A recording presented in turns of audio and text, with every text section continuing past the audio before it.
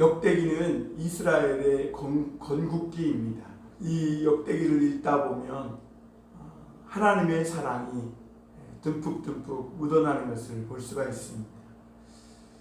저도 역대기를 묵상하면서 하나님이 얼마나 이스라엘을 사랑하셨는가, 하나님이 얼마나 다윗을 사랑하셨는가. 그런가 하면 하나님께서 우리를 위해 예수 그리스도를 보내주시기까지 얼마나 우리를 사랑하셨는가를 깨닫게 됩니다. 여러분, 우리가 잘 알다시피 이 다윗은 이스라엘을 세우고 가장 중요하게 첫 번째로 행한 일이 하나님의 궤를 메어오는 일이었습니다. 그런데 그 하나님의 궤에 메어오는 일이 참 녹록지 않았습니다. 그래서 실패를 하고 또 큰 아픔과 고통도 겪었음을 보게 됩니다. 그 가운데 이 다윗은 하나님을 굉장히 두려워하게 됩니다. 그런데 여러분, 하나님은 그런 다윗을 굉장히 사랑하십니다. 그리고 그런 이스라엘을 사랑하세요. 그러니까 오늘 이 말씀도 보면 하나님의 사랑이 얼마나 참 깊이 묻어나는지 모릅니다. 여러분, 한번 실패했으면 그것으로 하나님은 그냥 끝내버릴 것 같은데, 하나님은 다시 할 수 있는 은혜를 주시는 분이세요. 다시 용기를 북돋아주고 힘을 주십니다. 다윗이 하나님의 궤에 메어오는 일을 실패했을 때 다윗이 너무 낙심하고 좌절할까봐 두로왕 히람을 통해서 백향목과 목수들과 목공들을 보내서 궁전을 지을 수 있도록 하나님께서 은혜를 베풀어 주십니다. 다윗은 하나님의 궤에 메어오는 일을 실패하고 의구소침 할 수 있는데 두로왕 히람을 통해 정말 생각지도 못한 그런 도움을 통해 하나님이 얼마나 자신을 사랑하시고 또 이스라엘 왕으로 그 자신을 세우시고 또 이스라엘 나라를 위해서 하나님이 다윗을 얼마나 높이 올려주시는지, 그래서 실추됐던 명예도 회복시켜 주시고 또 낮아졌던 이 다윗의 명성도 다시 크게 높여주시는 것을 우리가 보게 됩니다. 참 하나님이 얼마나 이스라엘을 사랑하는지 몰라요. 아픔도 있고 때로는 실패도 있고 고통도 있었지만, 그러나 그 가운데 하나님은 다시 일어나 하나님께 나아가서 하나님의 은혜와 사랑을 받을 수 있도록, 또 우리가 실패한 것으로 인해 너무 완전히 실족하지 않도록 하나님은 내가 깨닫지 못하는 순간에도 사람들을 통해 이런저런 일상의 삶을 통해 하나님이 여전히 우리를 버리시지 않고 사랑하고 계시고 나와 함께 계시고 있음을 보여주시는 것을 보게 됩니다. 여러분, 그 하나님의 사랑을 여러분들도 느끼실 수 있길 바랍니다. 여러분, 우리가 때때로 세상에서 참 힘들고 어려운 일을 만날 때 우리는 마치 하나님이 나와 멀리 떨어져 계신 것 같이 느낄 때가 있어요. 그러나 여러분, 우리가 하나님의 말씀 앞에 돌아와서 다시 뒤돌아보면 주님은 여전히 우리와 함께 계시고 또 위험하고 위기의 순간마다 하나님 우리를 도와주시고 은혜 베풀어 주시고 지켜 보호해 주셨음을 깨닫게 됩니다. 그런가 하면 여러분, 또한 다윗도 하나님을 사랑합니다. 그 다윗은 정치적인 목적으로 하나님의 궤를 메우려고 하다가 실패하고,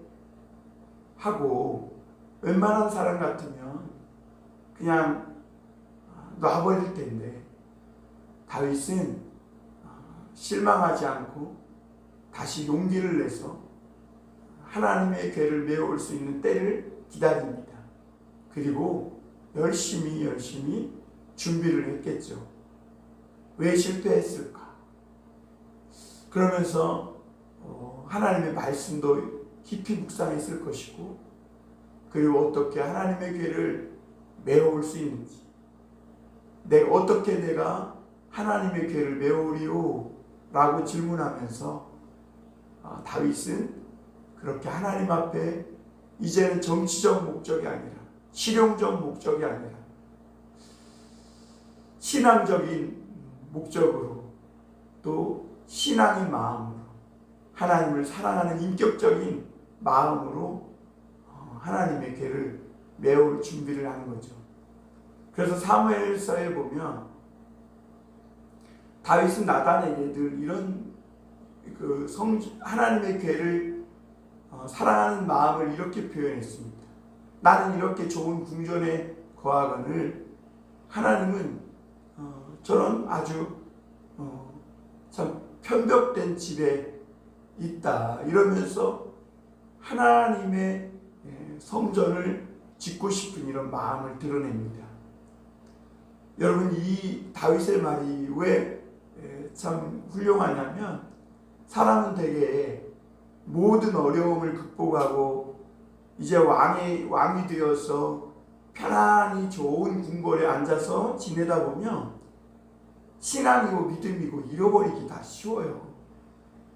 그런데 다윗은 도리어 이 궁을 다 짓고 편안한 궁궐에서 이제 아무 염려도 없이, 주변에 공격도 없이 그렇게 편안하게 생활함에도 불구하고 도리어 자기는 이렇게 편안한데 하나님의 궤가 저 참 볼 것 없는 집에 거한다고 하면서 하나님에 대한 그의 사랑을 드러내는 것을 보게 됩니다. 여러분, 하나님이 다윗을 얼마나 사랑하는지, 또한 다윗이 얼마나 하나님을 사랑하는지를 깨닫게 하는 대목이죠. 그 다윗은 오늘 15장 1절에서 열심히 그가 하나님의 궤를 다시 모셔오기 위한 준비를 합니다. 우리 1절 한번 보겠습니다. 다윗이 다윗성에서 자기를 위하여 궁전을 세우고 또 하나님의 궤를 둘 곳을 마련하고 그것을 위하여 장막을 치고, 이렇게 말합니다.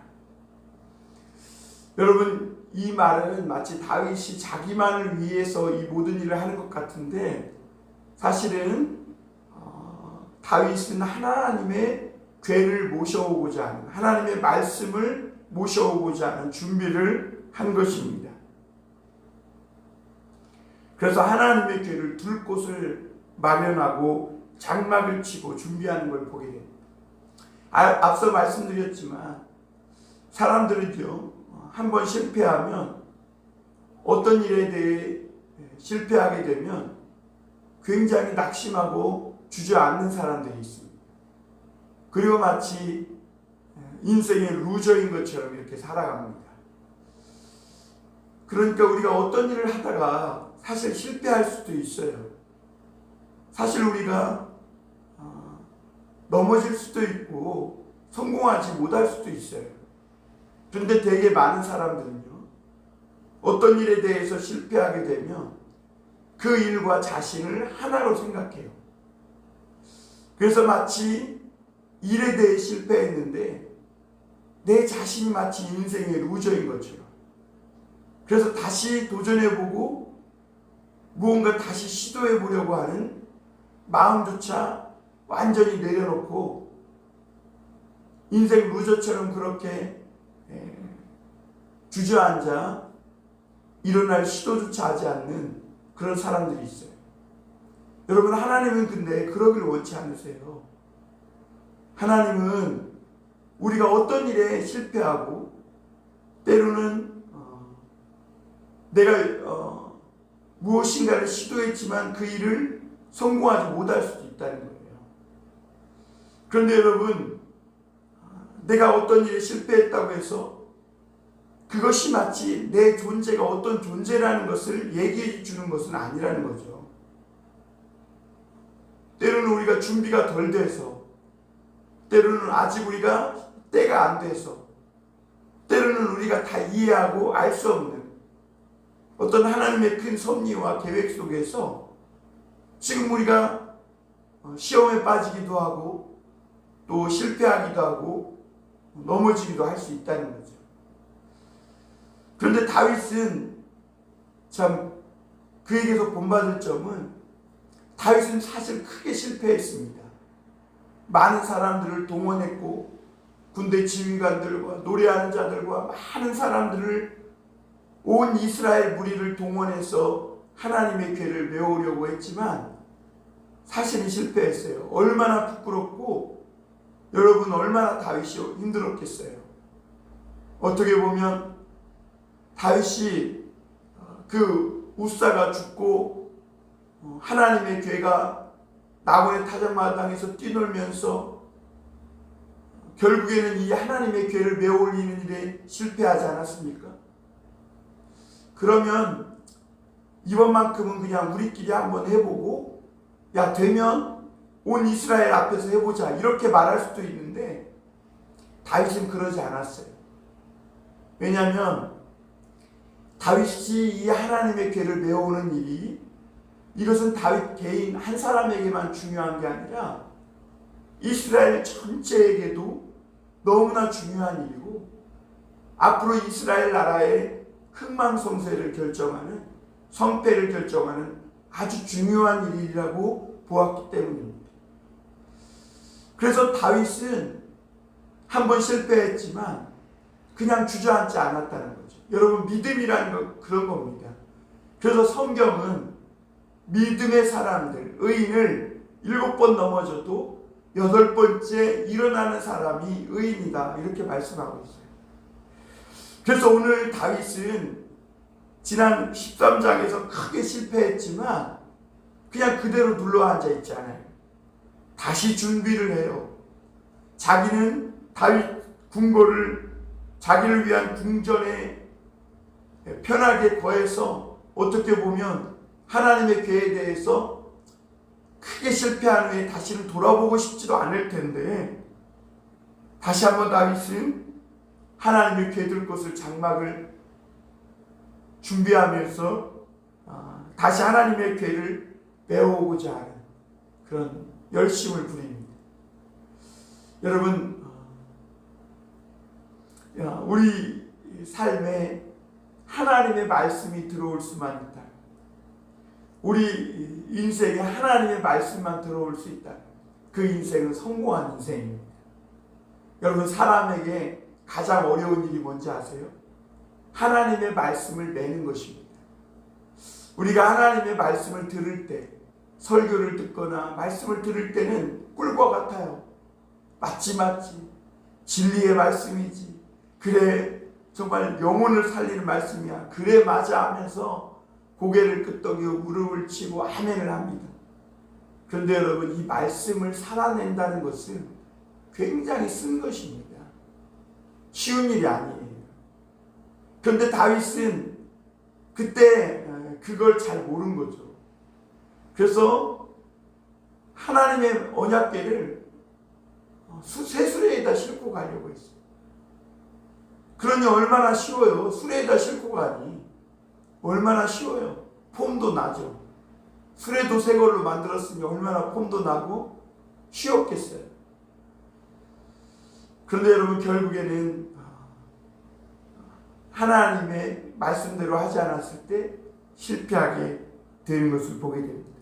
그래서 오늘 2절에서 다윗은 이렇게 말합니다. 다윗이 이르되 레위 사람 외에는 하나님의 궤를 맬 수 없나니 이는 여호와께서 그들을 택하사 여호와의 궤를 메고 영원히 그를 섬기게 하셨습니다 하고. 그러니까 다윗이 이제는 다시 하나님의 말씀을 궤를 메어오기 위해서 실패를 듣고 열심히 하나님의 말씀을 연구하고 공부한 흔적이 나요. 전에는 이제 겉으로만 멋지게 보이고 형식적으로 외적으로 멋지게 보이기 위해서 보이는 데에만 신경을 썼다면 이제는 하나님의 궤를 메워오는 데 있어서 가장 중요한 하나님의 말씀이 무엇인지를 연구하고 그제야 깨닫고 레위 사람 외에는 하나님의 궤를 맬 수 없구나. 그러면서 하나님께서 이 레위 사람을 택하사 여호와 앞에 궤를 메고 하나님의 궤를 메고 영원히 섬기게 했다는 것을 깨닫게 됩니다. 여러분, 레위 사람들은 하나님께 택함을 받고 하나님 앞에서 하나님의 궤를 메고 영원히 섬기는 자예요. 여러분, 믿는 사람들은 이렇게 들을 때는 말씀이 꿀과 같지만 그것을 삶으로 살아낼 때 그 말씀이 내 몸에서 나타나게 하려고 할 때는 얼마나 쓰다는 것을 우리는 잘 알죠. 그럼에도 불구하고 그 하나님의 말씀을 어깨에 메고 우리 몸으로 삶으로 살아내는 사람들, 그 사람들을 성경은 레위인이라고 말하고 있고 그리고 믿는 사람이라고 말하고 있는 것이죠. 그래서 다윗은 이제 새수레에 싣고 가는 것이 아니라 레위 사람이 어깨에 메고 가는 것이구나. 힘들고 느리고 더디지만 그리고 레위 사람들이 수고스럽지만 어깨에 파랗게 멍이 들고 땀을 뻘뻘 흘리고 힘들겠지만 여호와의 궤는 어깨에 메는 것이구나. 그래서 다윗이 이제는 군사 지휘관들을 모으는 게 아니라 4절에 보면 다윗이 아론 자손과 레위 사람을 모읍니다. 전에는 누구를 모았었어요? 백부장, 천부장, 군대 지휘관들을 모았었어요. 그러나 이제는 아론 자손, 제사장들이죠. 그리고 레위 사람을 모읍니다. 그리고 이제는 그앗 자손부터 시작해서 무라리 자손, 게르솜 자손 이렇게 레위 자손들과 제사장들을 모아요. 왜 그러냐면 하나님의 궤를 맬 수 있는 사람들은 그앗 자손이거든요. 그리고 나머지들은 여호와의 성막을 구성하는 이런 여러 물품들을 수레에 싣고 가는 일을 맡는 사람들입니다. 그래서 오늘 11절에 다시 보면 다윗이 제사장 사독과 아비아다를 부르고 또 레위 사람 우리엘과 아시아와 아사야와 요엘과 스마야와 엘리압과 암미다답을 부릅니다. 그리고 이제는 이 제사장 사독과 아비아다를 불러서 몸을 성결케 하고 하나님의 궤를 메어 올릴 준비를 시킵니다. 이제 다윗이 실패를 한번 경험한 후에 길을 바로 잡은 것이죠. 그리고 13절에 이렇게 말합니다. 전에는 너희가 매지 아니하였으므로 우리 하나님 여호와께서 우리를 찢으셨으니 이는 우리가 규례대로 그에게 구하지 아니하였습니다.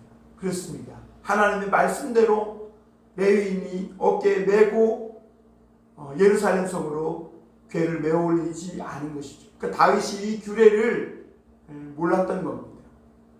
그래서 실패했던 것이죠.